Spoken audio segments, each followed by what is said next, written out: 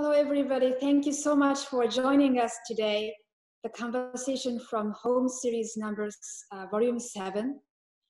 Today, we are very happy to connect to our special guests from Venice, Amsterdam, and Japan, and also from New York. And before we are going to move to the event, I would like to share some guideline with you. So please be ready with gallery view mode to see the Artsy screen, and mute your microphone during the event, and please keep your camera off. And we have in a Q&A session in the end of the event, you can feel free to put your camera on to show your faces. So we would love to see you in the screen. And any questions or comments, please feel free to type down on chat box. And this event is until 2 p.m. And then after that, in the end of the session, we have this question and answer session. So feel free to join with your comments, questions, and we are looking forward to share any thoughts with you. So I would like to, first of all, thank for this event, and also this exhibition has been dedicated to Laura de Santillana, my dear friend, the late artist, legendary artist in glass and beyond.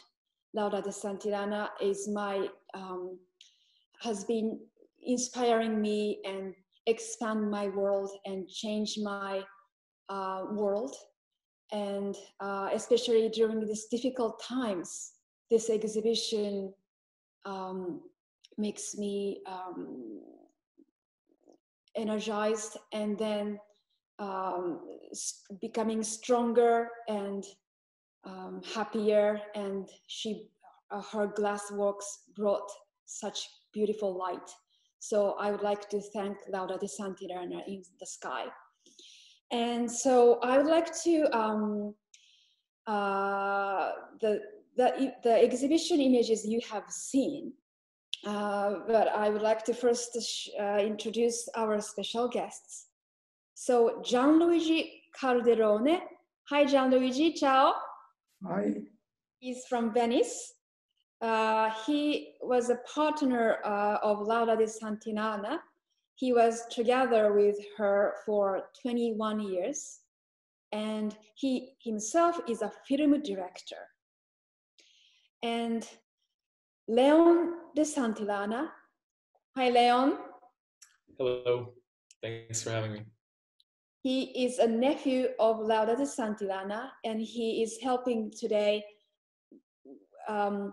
with translations. Thank you, Leon.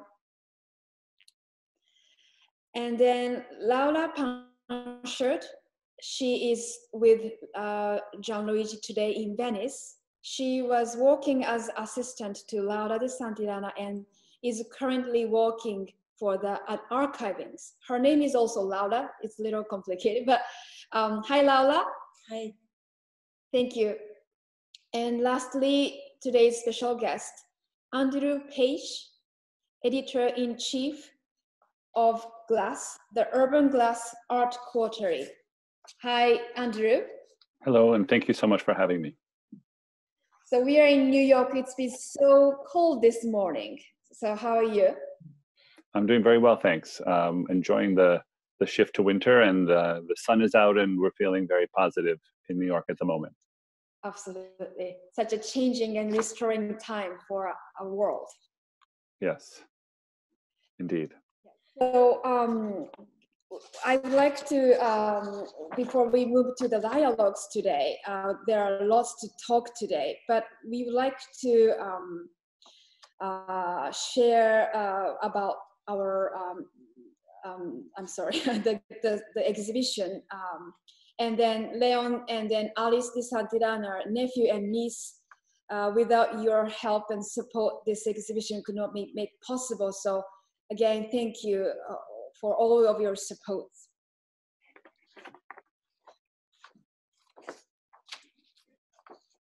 And so I would like to talk about her a little bit.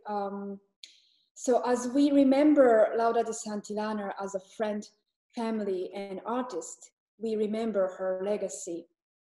Born in 1955, her grandfather was famed Venetian glass artist Bernini.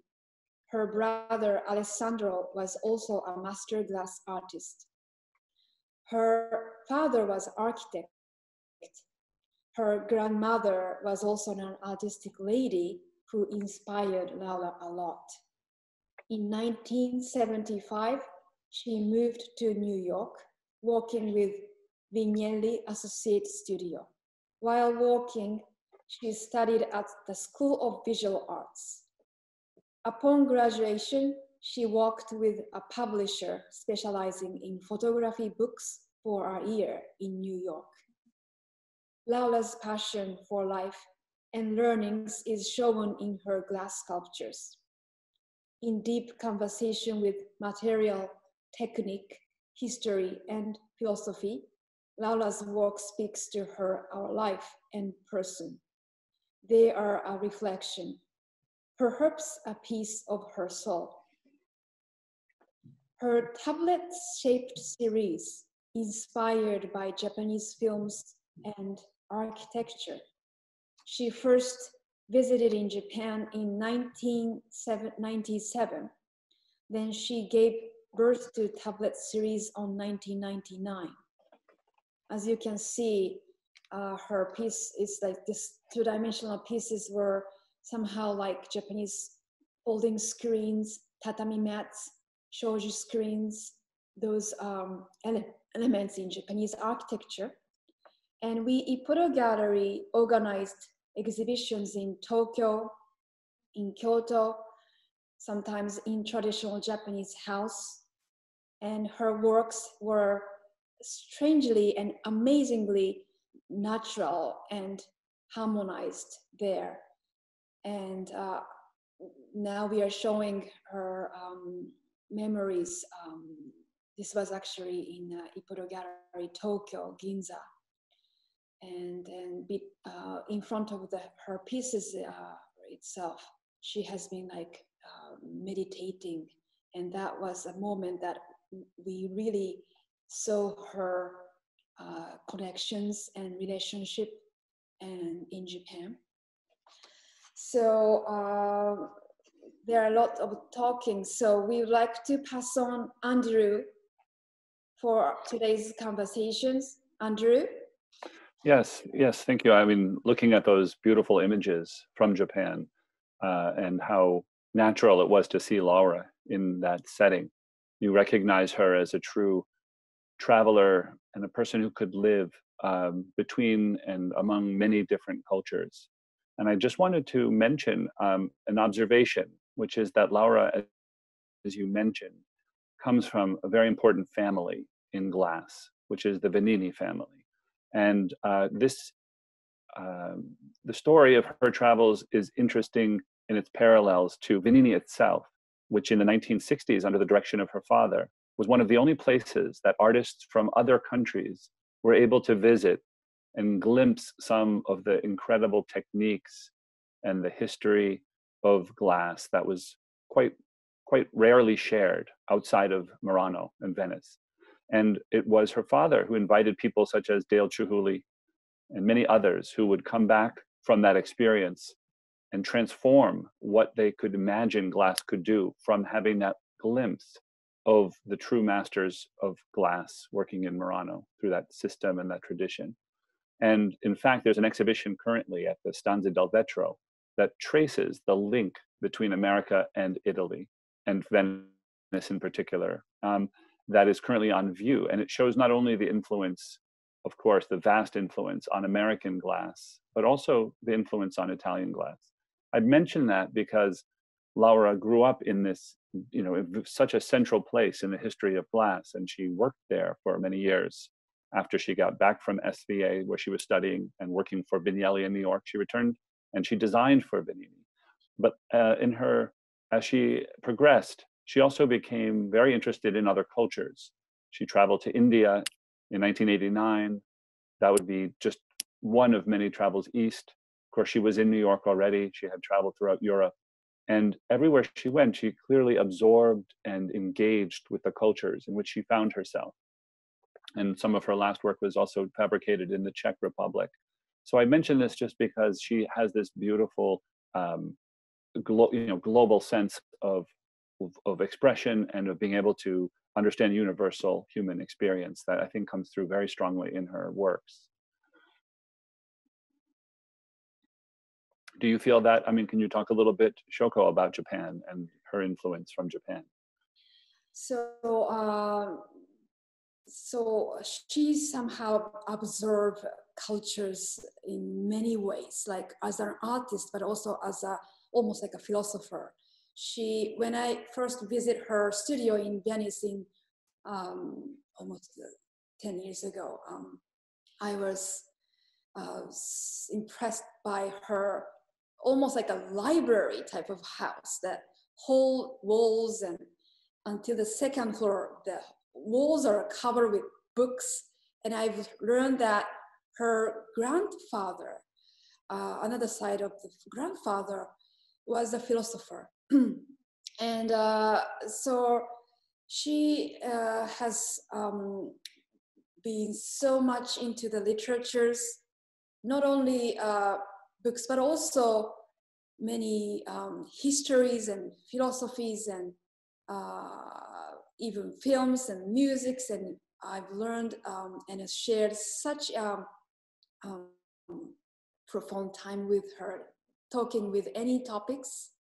And as a Japanese, this is a question to Gianluigi, but why she was particularly fond of India and then Japan, spiritually or culturally.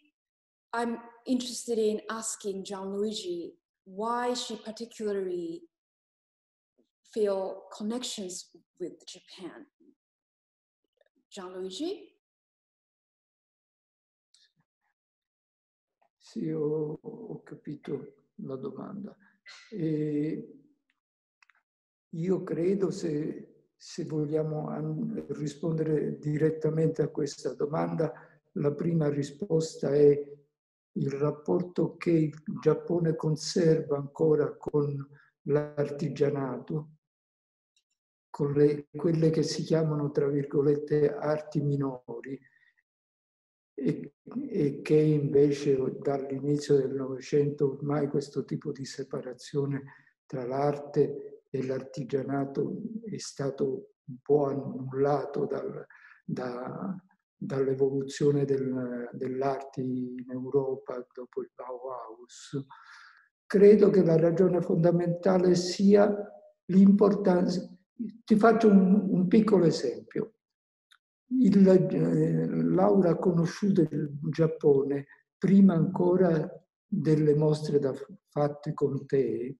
La prima mostra che ha fatto in Giappone è stata di preparazione di tutto il necessario per la tavola, per la tavola giapponese, tutti i piattini, i rettangoli, le tazze, tutto questo tipo di servizio per il quale ha avuto contatti con artigiani della lacca, per esempio. Perciò il suo primo rapporto è con l'artigianato, con qualche cosa che è artigianato, non direttamente artistico. Lei non è che ha cominciato dicendo ecco, questa è l'arte, no? Ha incominciato con il rapporto con l'artigianato. E l'ultima mostra che ha fatto con te è stata con un grande artigiano della tessitura.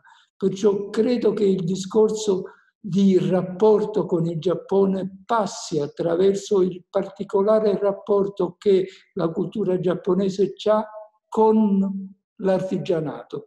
Non per niente i grandi artigiani giapponesi vengono considerati come dei grandissimi artisti. I wish I could understand Italian, but that your Italian melodical language recalls me that the Laura's voice. It's so melodical, and I love Italian. So would you help us, Leon? Of course. And to, again, he was trying to answer the question, just for everyone else, why Japan, why India? And he specifically started with Japan. So why was Laura so attracted to it? And it starts, her relationship with Japan actually starts before meeting you. She started taking an interest in specifically the traditional way, like the table was set. So she had that kind of way in, and less so with art and more so with the 97. 97. 97. Sì, 97. Yes, Okay. so she was interested in more of this, the manifestation of this artisanship and the culture surrounding the table, and so that was her first kind of, the way she, I guess, fell in love with Japan was mostly through this artisanal branch, which has actually been lost in Europe, especially in the art world after the Bauhaus movement. So and this kind of relationship with the artisanal aspect has continued even in the latest show that she had with you, Shoko, in New York. It was also, and actually I should say, and Japan was also related to, and an artisan had participated. So I think that captures kind of like her fascination and her love, which I can say also translated with some of her love for India. Was this aspect of the artisanal was also very present in her trips and explorations there. That's beautiful. And Andrew, so you, as a glass expertise, I'm always interested in how Laura she transmit her visions and creations through the glass workers. I think she has a special language or skill of the communication. I remember, Andrew, you spoke about her work, about this imperfection and the aspect that she.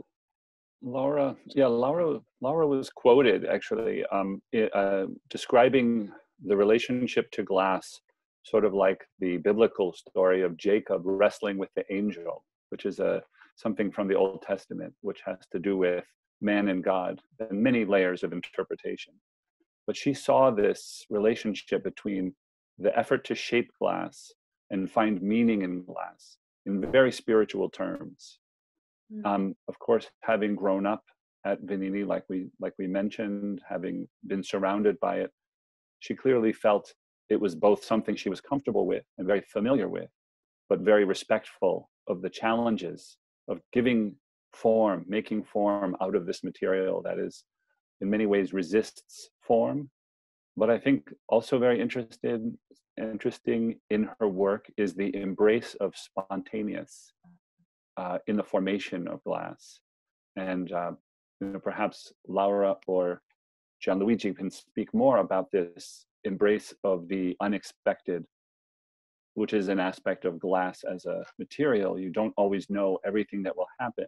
Now, Laura was working with people in a studio situation. It's very typical that you don't work with glass alone.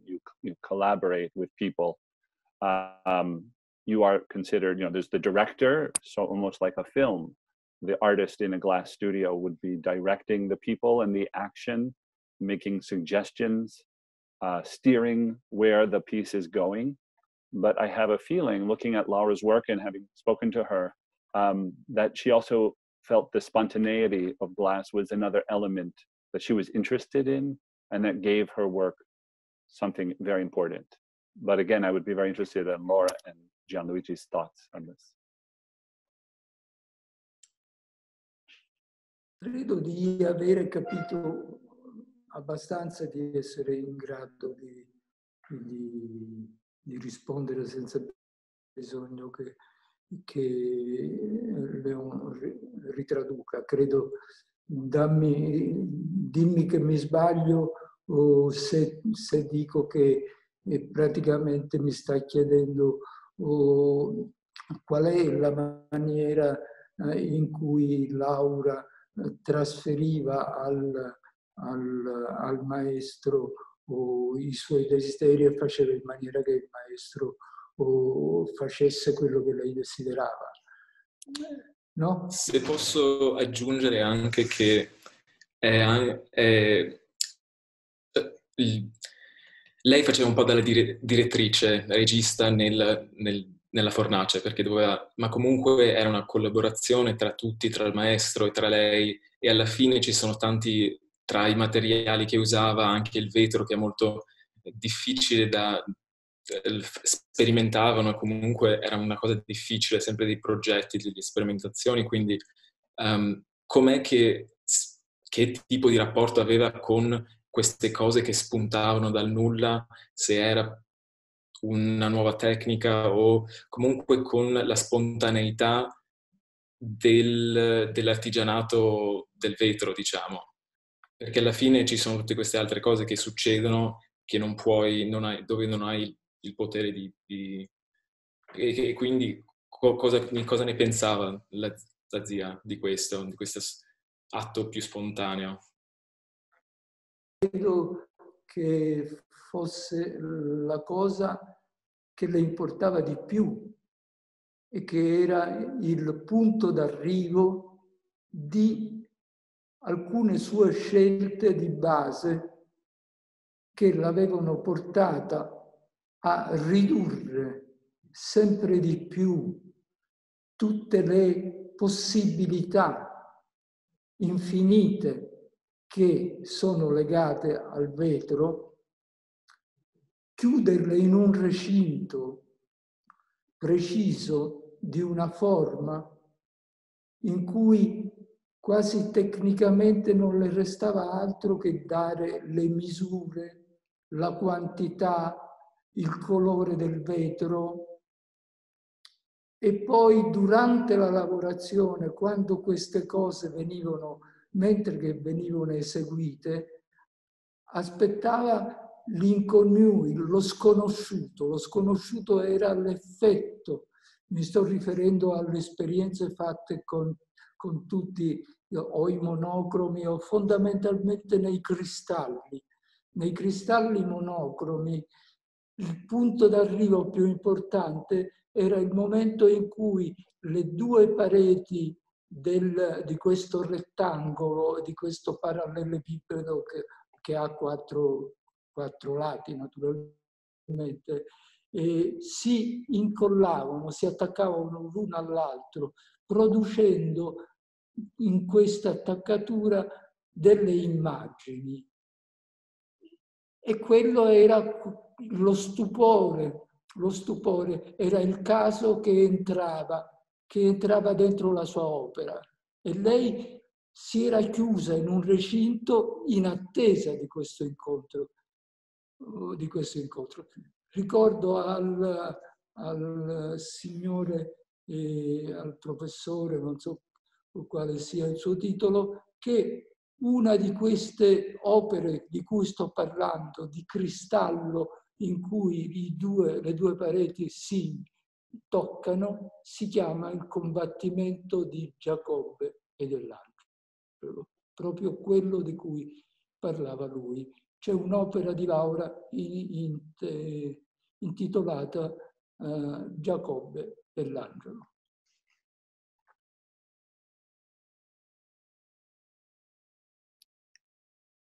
Well, this is going to be a more difficult translation, but I think Andrew, you've hit the nail on the head in the sense that this the spontaneity and the kind of the randomness was something very central to Laura's work. She actually sandboxed herself during time in her career to a very specific shape and form precisely because she wanted to have few variables, and then in the process, in the hot shop, she would be looking for that moment where this, the unknown would kind of crop up, show up, and then she would kind of react to it. And specifically in what Gianluigi called the monochrome transparent pieces, when the two, because from the cylinder would be squeezed and flattened. So in that moment where the two sides touch, in that specific series of works, which are the transparent monochrome pieces, she termed that the battle between Jacob and the angel, specifically referring to what you had just said. So it was and Gianluigi says it was like a central, possibly the principal, the first and most important part of her work.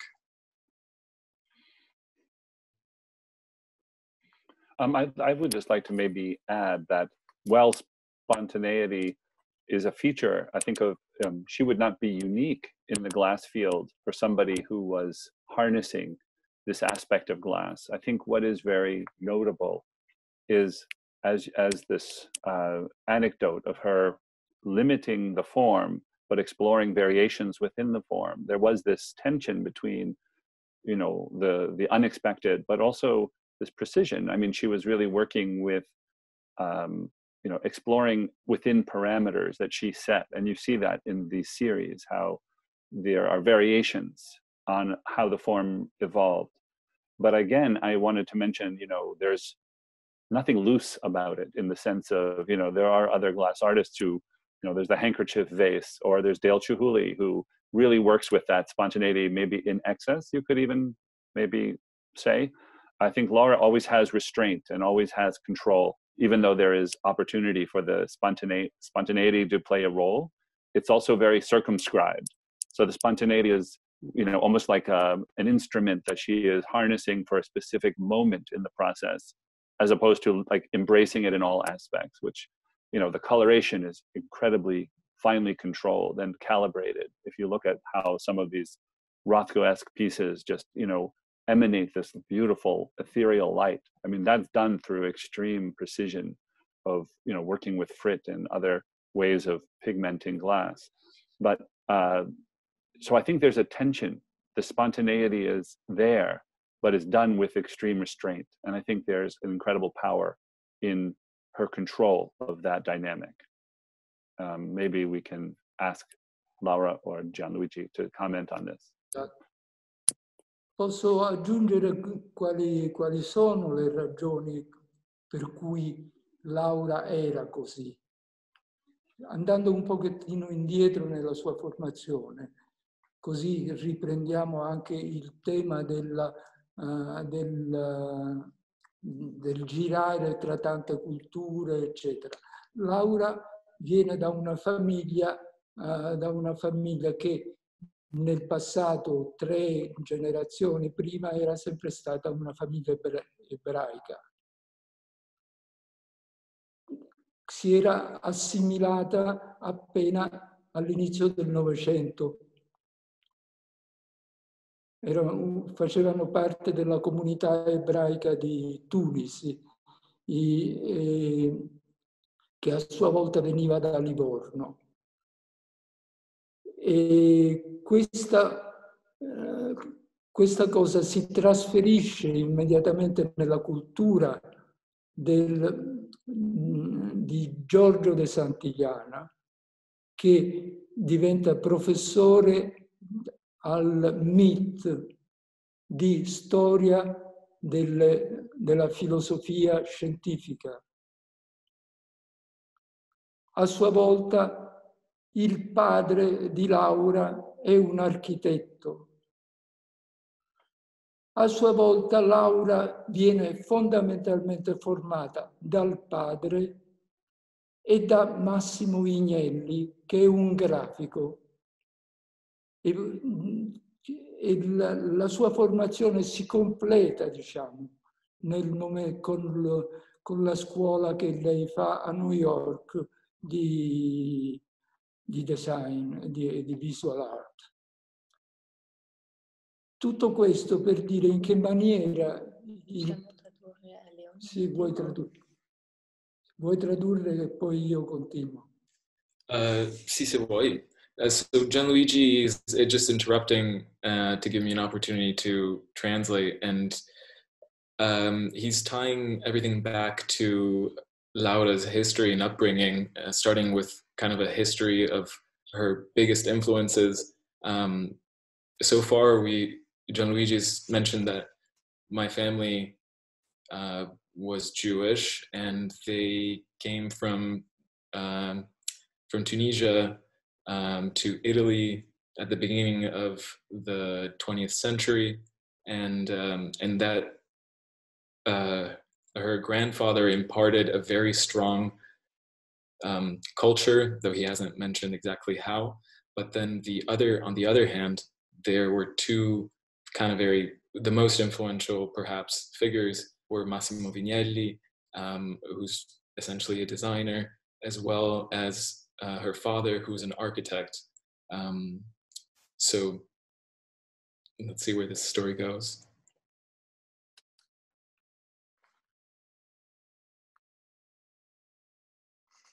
A questo credo che bisogna aggiungere invece l'educazione della fabbrica, della ripetizione dell'oggetto, che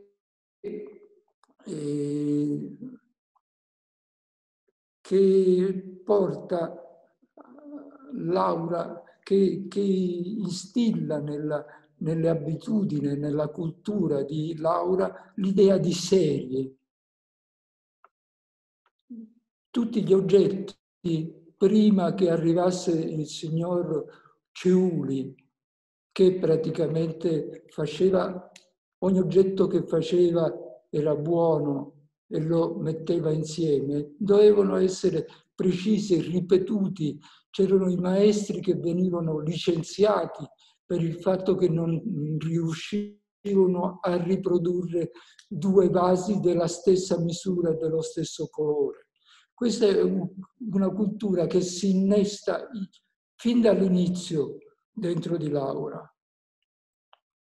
E questa è la ragione per cui si infila dentro la personalità di Laura questo rapporto, questa ricerca di qualche cosa che sia già chiuso, che sia una forma che sia completa, dentro la quale lei può agire. Per cui la ripetizione dell'oggetto, la sua trovata è riuscire a fare lo stesso oggetto cambiando in continuazione, lasciando la diversità, lasciandola libera di agire all'interno di uno schema che lei ha delimitato.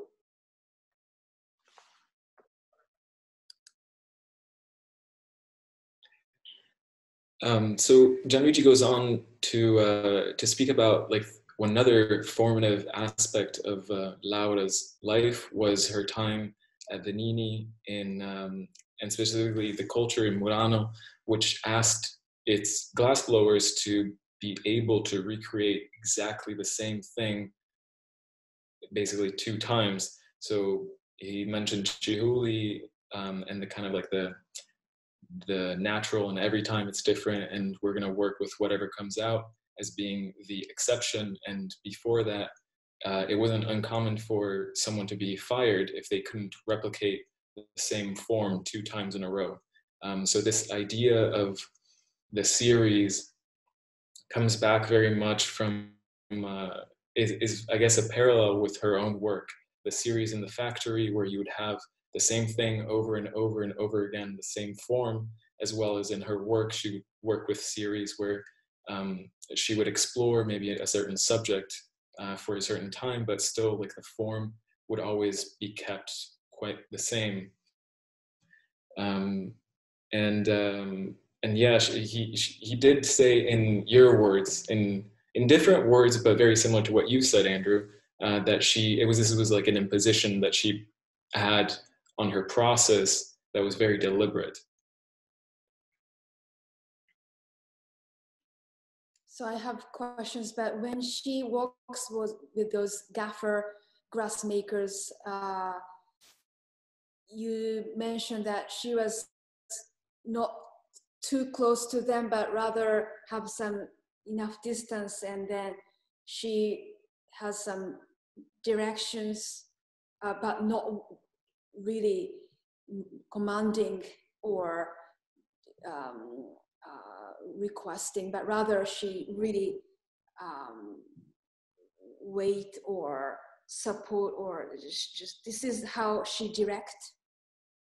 That would be a good question, and maybe for Laura and Gianluigi. But I was mentioning earlier that it's not unusual for the glass artist not always to have their hand directly, but to be sort of the orchestra conductor. The gaffer in glass terminology is the sort of director of the production of the glass. There may be many, many people working together, but the person at the top, the person with the authority or the baton, to use the orchestra analogy, would be the gaffer, or would it be the artist? In the case of Laura, she would have been the one in charge. I mean, I think that would be an interesting question. If Gianluigi knows, or perhaps Laura knows, exactly how hands-on was she in the process, I think would be an interesting question to get details about. Io ho appena completato un documentario che, se fosse già stato tradotto in inglese, cosa che sarà nei prossimi giorni, io vi avrei inviato.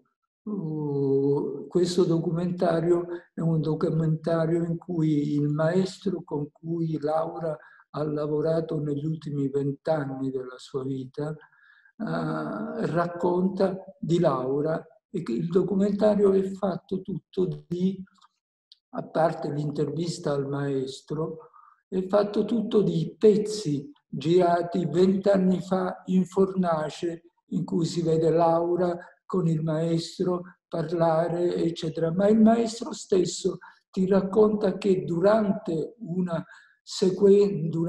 giornata di lavoro al massimo si scambiavano 10-20 parole, perché tutto era molto preciso, le indicazioni che dava Laura. Le indicazioni le dava all'inizio e si sedeva al suo tavolo. La lavorazione di una flag durava pressappoco 3 ore. Il team lavorava per 3 ore su un pezzo per arrivare a quel risultato.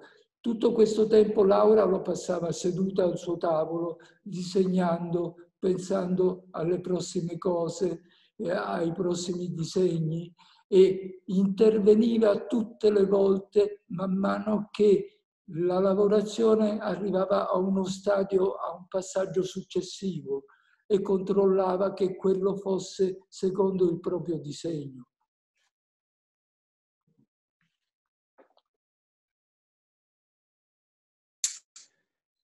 So ironically, Gianluigi has just finished working on a documentary that captures exactly what you just asked about, which is how close was Laura in the hot shop with the glass makers.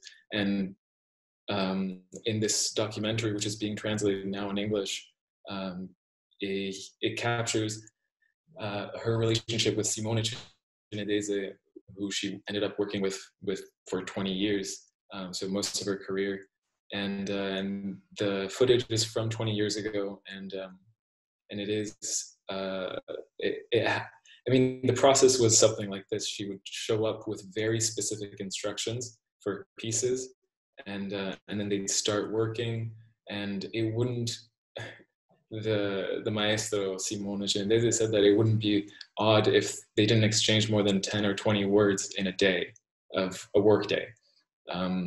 But so she would give very precise instructions. Then she would often sit by a table and keep working, and she would just give further instructions when like there was a new part or new part of the process in the making of the piece He specifically mentioned the flags, which they worked on.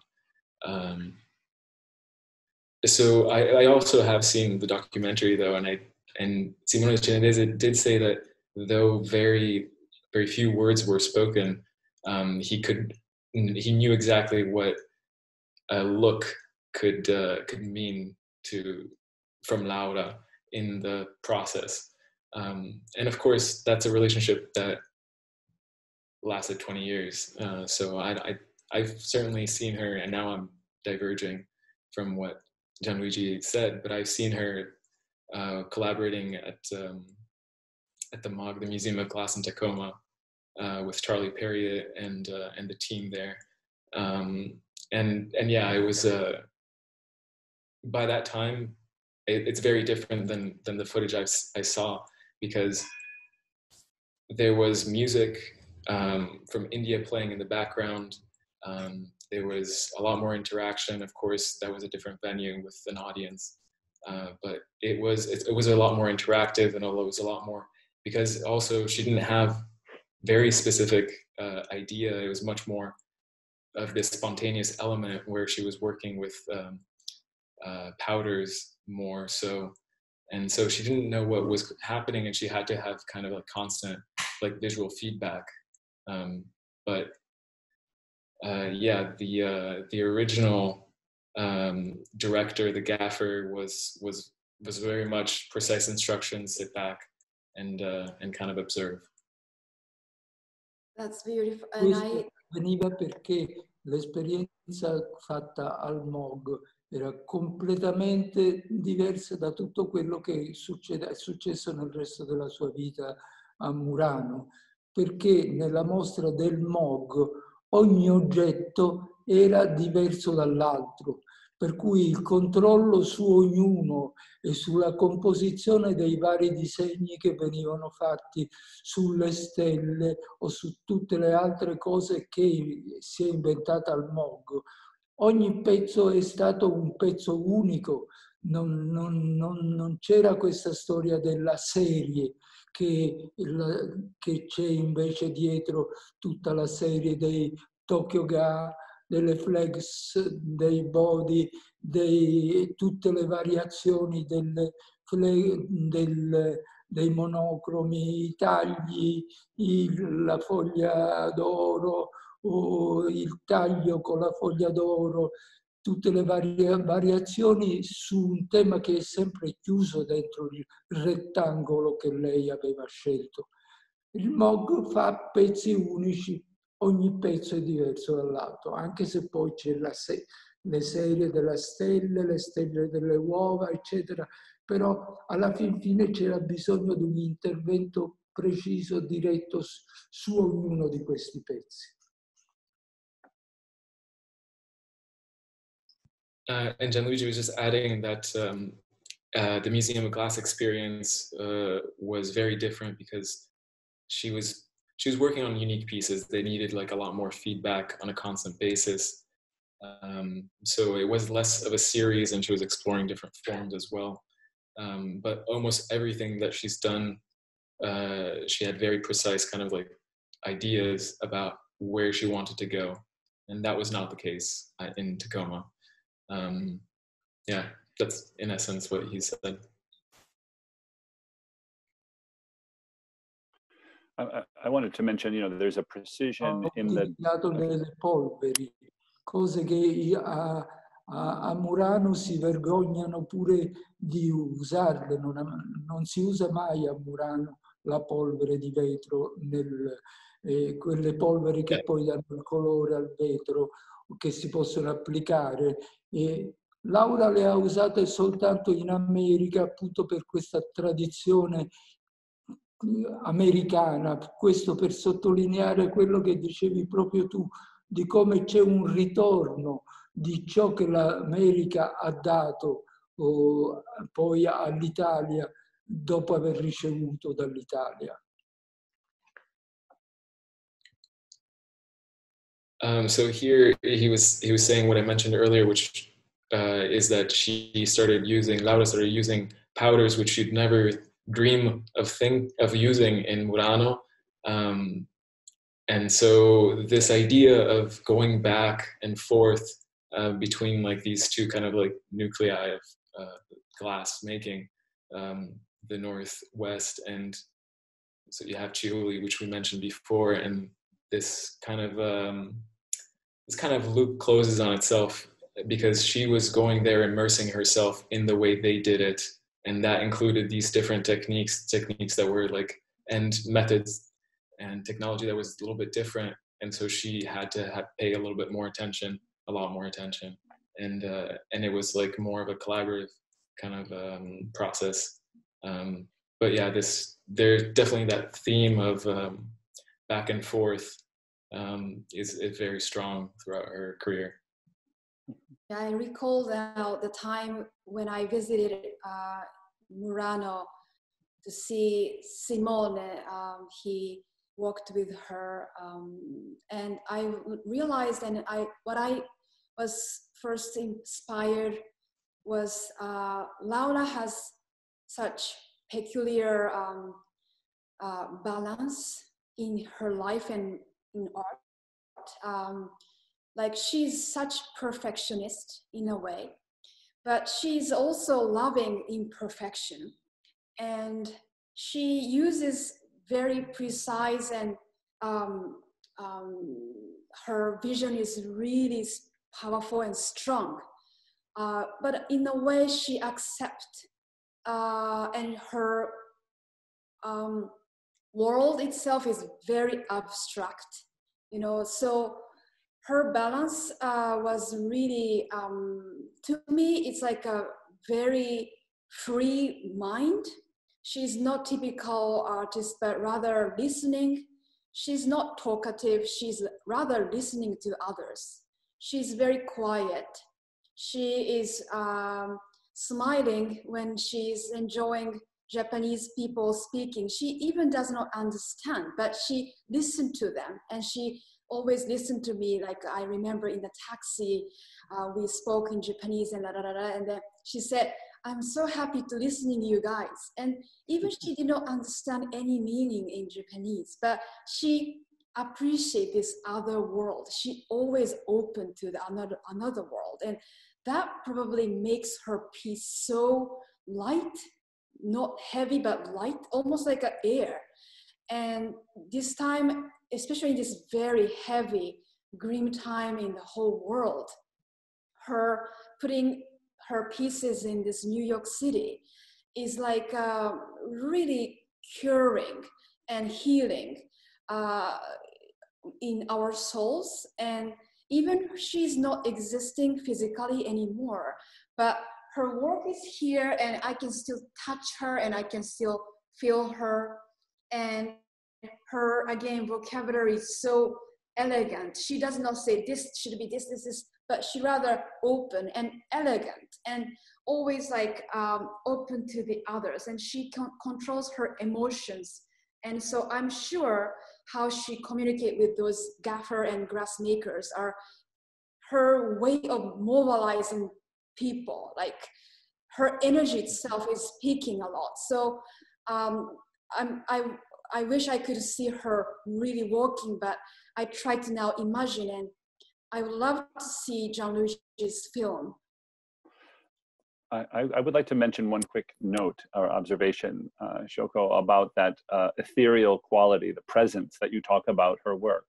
Again, we talk about precision and spontaneity, but the distance between the front and the back wall of, say, one of the tablet pieces, one of the rectangular pieces, does many things. But the fact that it is not a solid, but a hollow vessel, even though it is square and doesn't look like a vessel, but in fact it functions in that it has an interior space. There's a front wall and a back wall, and I can see in her work how carefully she calibrated the way the light would interact with her works. And by having the interior hollow, it creates this almost like ethereal fog in some cases, like the presence of the piece, like you mentioned, doesn't feel completely solid. Like the piece seems somewhere between solid and like it might almost like a fog, dissipate.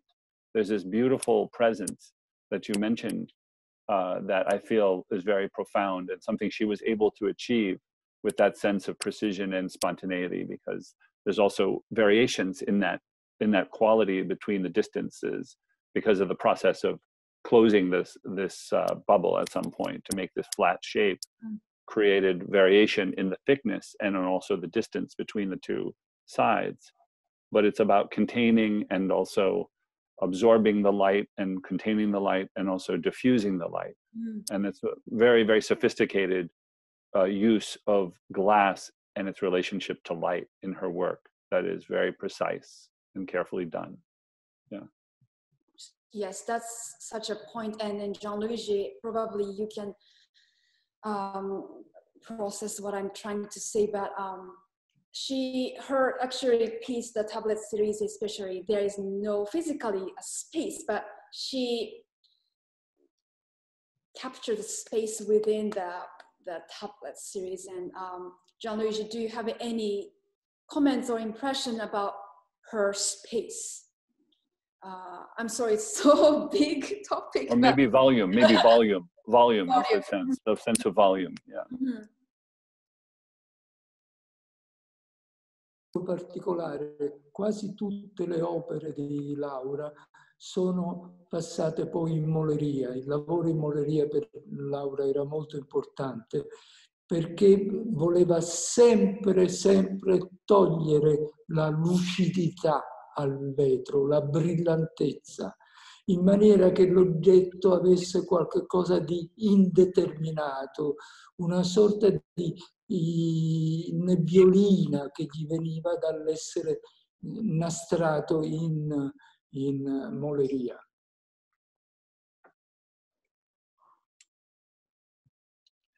So Gianluigi was just saying that he spoke more about both the volume and the light at the same time by saying that almost every artwork that Laura worked on ended up being cold worked.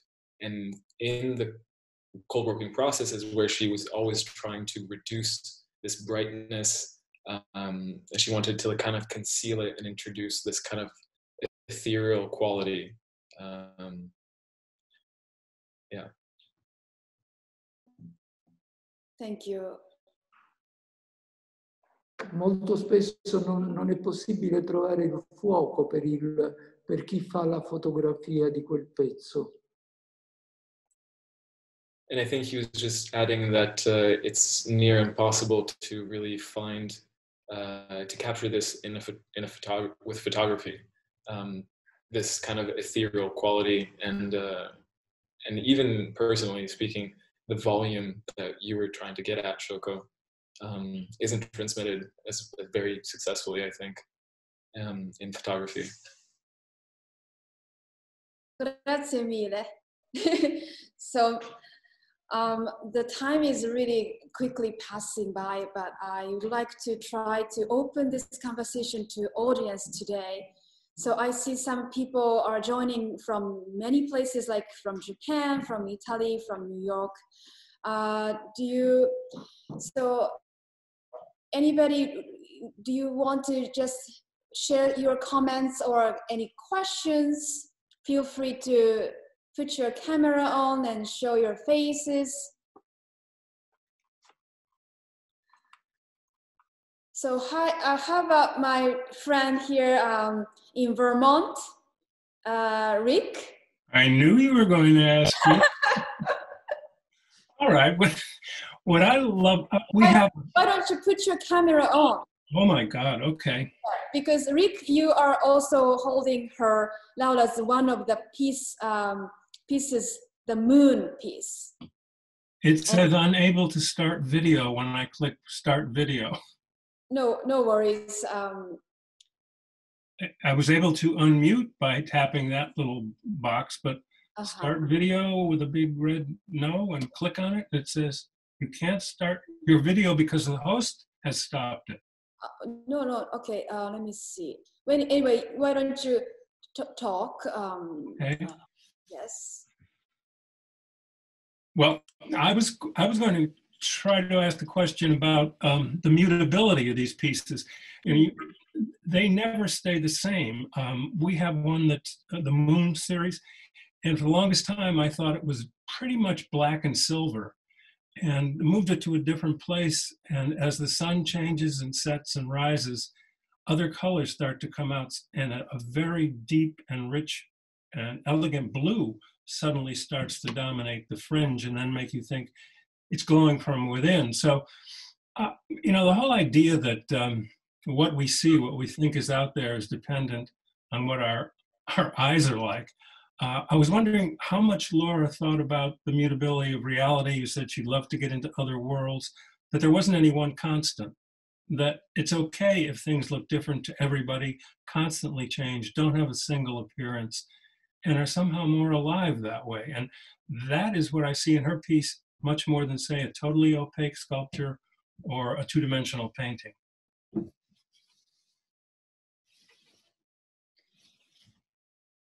Leon, can you help translate to Gianluigi?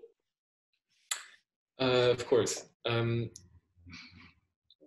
Allora, lui chiedeva di quant'è che pensava Laura al fatto che le persone avrebbero interpretato la sua arte in modo completamente diverso. Cioè, Rick, per esempio, usa uno dei moon pieces che ha, che l'ha messo l'ha sempre pensato che fosse più sull'argento e nero, e tutto d'un tratto, spostandolo, ha trovato che c'erano dei blu molto intensi che venivano fuori. Quindi il fatto che per Rick aveva visto sempre lo stesso pezzo e poi spostandolo l'ha visto in un modo completamente diverso. Quindi il fatto che le opere della zia riescono proprio a fare un'esperienza completamente diversa per ogni persona.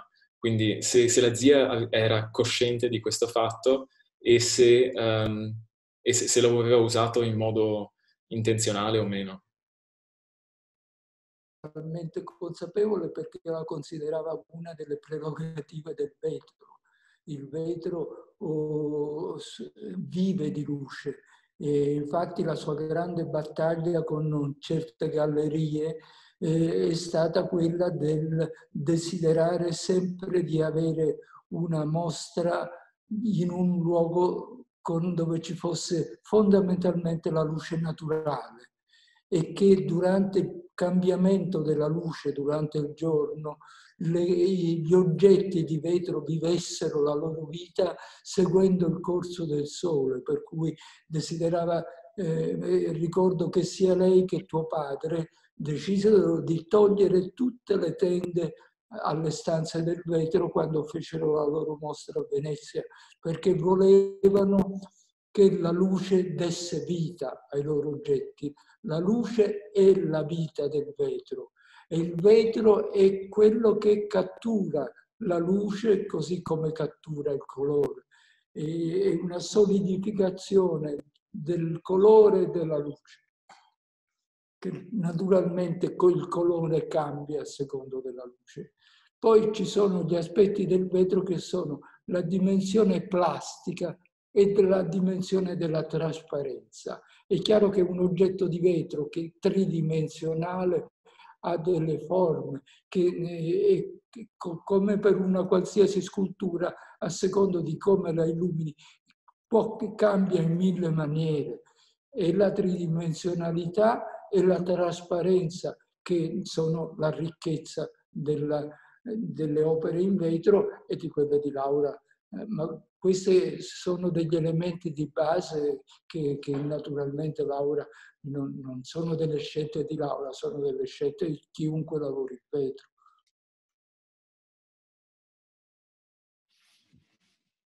So here he's saying that that there is, of course, like a fundamental, the fundamental nature of glass is to play with light. So it's impossible not to make the use of the plasticity and the malleability of the medium of glass and the transparency to then try to play with this element of how light interferes. So of course, there's a big of course. This is natural, but then he also spoke how Laura fought sometimes with gallerists to try to have much more natural light on the pieces, and specifically with 2014 Stanza del Vetro exhibition, they, my father, Alessandro, and Laura both wanted to remove all the curtains from the space so that the light would constantly come in.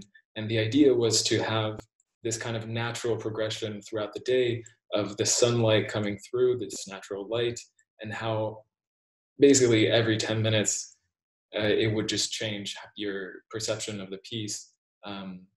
So that was something that was definitely very present in Laura's perspective. Yeah. It's very interesting. So Andrew, especially you have been working with many other glass artists. How do you take this point as a glass expert? Well, I see, as Gianluigi was saying, this is a central concern of every artist working with the material. I think what Laura achieved has its own very distinctive style of, like we mentioned, presence. There is one can work with glass in many ways, as Leon was saying. The cold working is important. Washing with acid is another way of affecting the surface. And the one thing for sure we can say about her work, she was not interested in the shine or the perfection of glass, which is a central aspect of the material naturally. Some people discuss and debate whether glass is too beautiful as a material to be a vessel of content.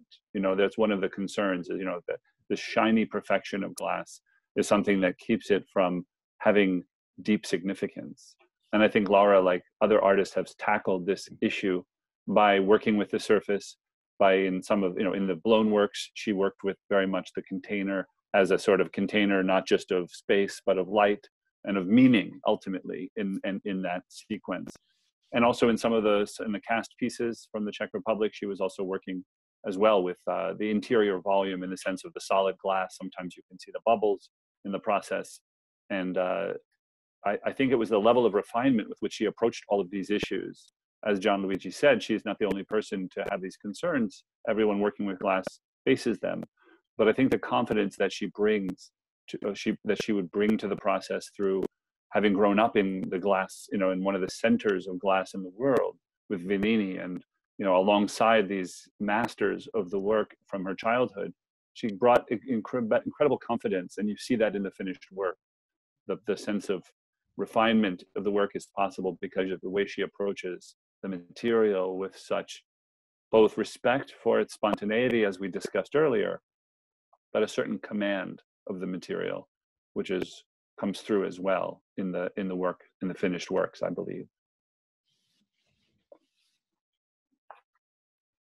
That's really powerful to me, especially glass art form itself was very new field to me as my life.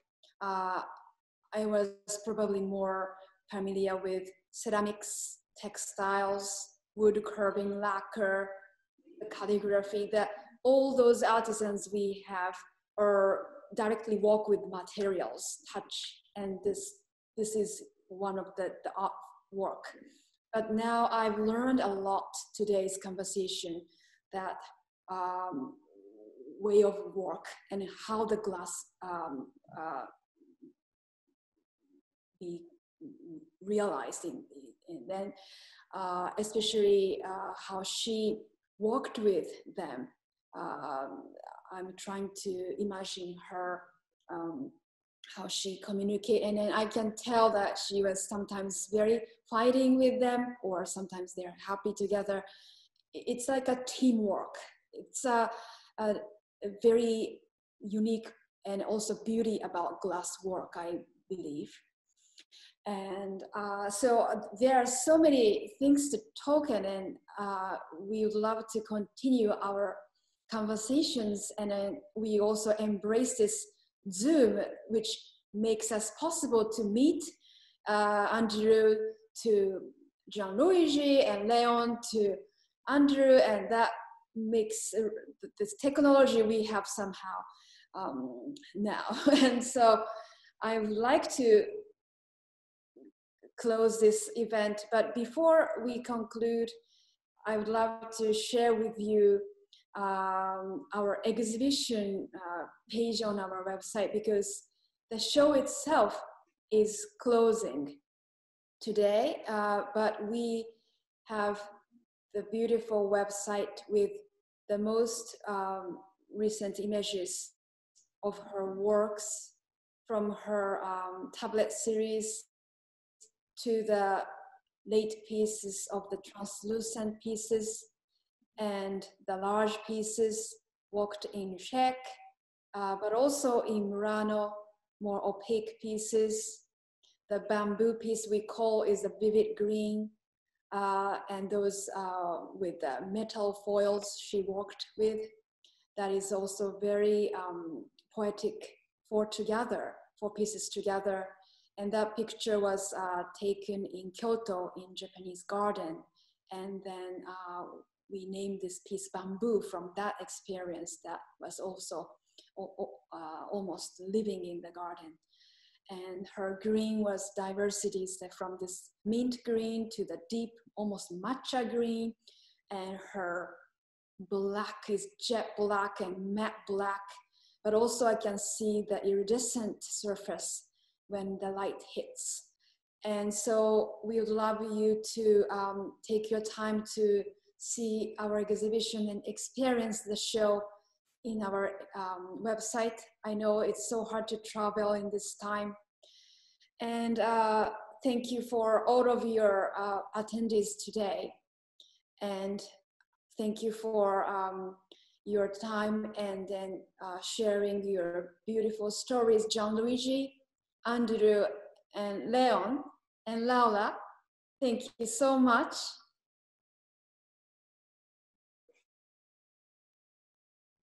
Thank you. Thank you so much. Thank and you. Thank you. This exhibition is memorial to me too.